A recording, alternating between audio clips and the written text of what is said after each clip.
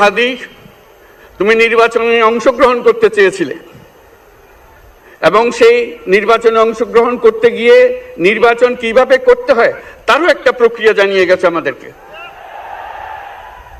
সেই প্রক্রিয়া যেন আমরা সবাই মিলে গ্রহণ করি, যে কিভাবে প্রচারণা কার্য চালাতে হয়, কিভাবে মানুষের কাছে যেতে হয়, কিভাবে মানুষকে কষ্ট না দিয়ে তার বক্তব্য প্রকাশ করতে হয়, কিভাবে বিনীতভাবে মানুষের কাছে আসতে হয়, সবকিছু তুমি শিক্ষা দিয়ে গেছো। আমরা এই শিক্ষা গ্রহণ করলাম, আমরা এই শিক্ষা চালু করতে চাই। আমরা সবাই আমাদের জীবনে আমাদের রাজনীতিকে এই পর্যায়ে নিয়ে আসতে চাই, যাতে হাদি আমাদের জীবনে স্পষ্টভাবে জাগ্রত থাকে।